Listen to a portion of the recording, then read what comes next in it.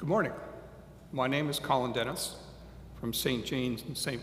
Brendan's Anglican Church, and I am going to read for you today a book which is titled The Boy Who Grew Flowers, written by Jen Wojciechowski, illustrated by Steve Adams, and published by Barefoot Books.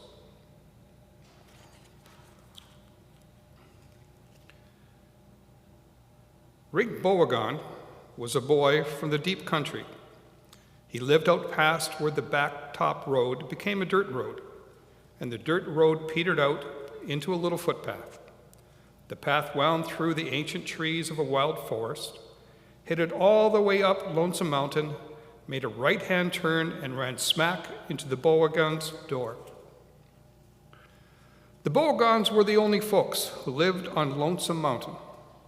The townspeople argued as to whether it was because they were such strange folk that they lived there, or whether it was because they lived there that they were such strange folk. However, everyone agreed that the Beauregard clan was a hotbed of strange and exotic talents. Rink's Uncle Dud liked to tame rattlesnakes, and his brothers and cousins were all shape-shifters. But Rink himself had the most special talent of all. During the full moon, he sprouted flowers all over his body. It was a beautiful sight, and they were the prettiest, sweetest smelling, and longest lasting blossoms you ever saw. Some folks might say home sick in bed if they happened to sprout, but not Rink. Every morning following a full moon, his mama would gently clip the flowers from her boy, and off he would go to school. Now, Rink liked school. At least he liked the thinking and reading part. But he was shy and quiet and different from the other children. So the teacher gave him a seat at the back of the room and did not bother with him. As for the children, they had all heard stories about Rink's strange relatives, so they stayed at a safe distance from him. Then Angelina Quiz came along, a girl whose family was in the ballroom dancing business and had just moved from Tuscaloosa. She was what some would call a plain girl. She had an easy manner, a luminous smile, and her right leg was shorter than her left by an inch. She also wore a flower behind her right ear. Rink liked her straight away. So did everyone else. Angelina was always surrounded by friends. Rink observed her from a distance. She is forthright and honest, yet always kind, he thought. He also admired the flower she wore behind her ear, a different one every day, and all of them as lovely as she. As for Angelina Quiz, she soon wondered about this quiet boy who sat alone at the back of the class. So she asked the other children about him. His Uncle Dud has a pet rattlesnake called Fat Lucy, and she sleeps on the end of his bed, hissed Fuster Shrimp. And his mother uses a bowling bag for a purse, giggled Charlie Ann Smith. And his granny has raised wolves, snickered Gertrude Prug. Angelina did not laugh. Why won't anyone talk to him, she asked. The others fell silent. The question rattled in their minds. One afternoon, the teacher announced that the school dance would be held that Saturday night at the church hall. Several of her classmates asked Angelina to go, but she smiled bravely and shook her head. I wouldn't be much of a dancing partner, she laughed. Rink was struck by the wistful note he heard in her voice. She comes from a dancing family, he thought. I bet she loves music. I bet she'd really like to go to that dance. The minute the teacher's back was turned, Rink slipped out the door. No one noticed except Angelina, who glanced back at his empty chair every now and then. She was amazed at how his absence could take the shine off such a pretty day. When Rink reached his home high on Lonesome Mountain, he went straight to his Uncle Dud's room.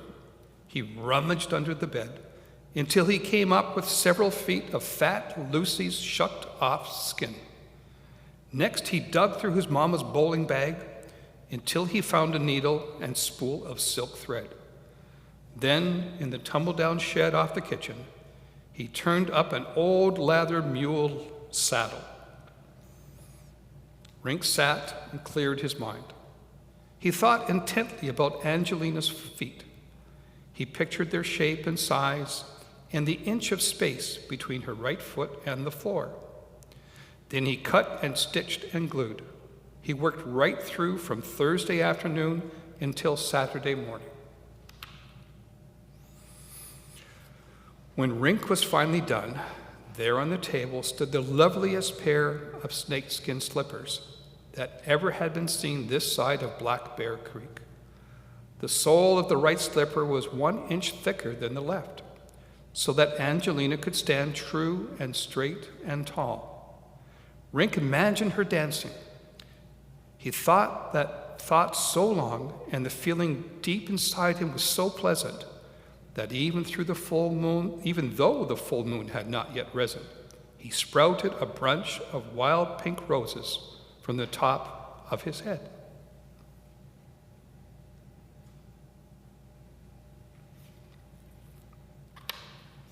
That afternoon, Rink followed the footpath down through the forest, across Black Bear Creek, along the dirt road, and onto the blacktop road and up the hill. Halfway up the hill, he opened a small gate and walked up the little path that led right to Angelina's front porch. Angelina was helping her mama sew up a fancy new tangle dress. The whole house was quiet, and every little snip of the scissors made a sad little tweak in her heart.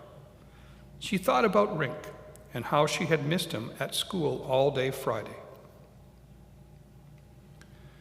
When Angelina heard a knock at the door, her heart flipped.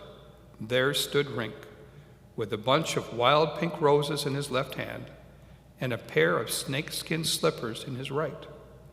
"These are for you," he said as he offered the slippers to her.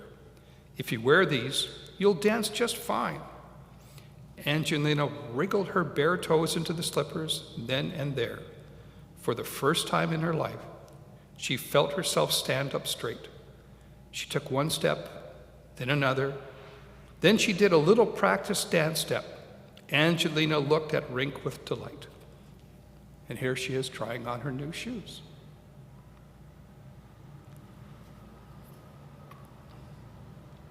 "Will you be my dancing partner?" she asked. "I don't know how to do that kind of dancing," said Rink shyly. "I'll teach you," cried Angelina. "I've watched my family so many times, I know all the steps by heart." She took his hand, and they danced together down the path. Here we are.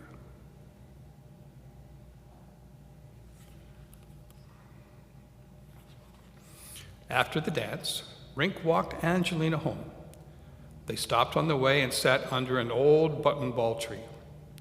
Angelina told Rink about her family, and he told her about his. Then, with a pounding heart, he revealed to her the fact that he sprouted flowers all over himself during the full moon. Angelina smiled with delight. Then she bent down and showed Rink where the flowers she wore grew right from behind her ear.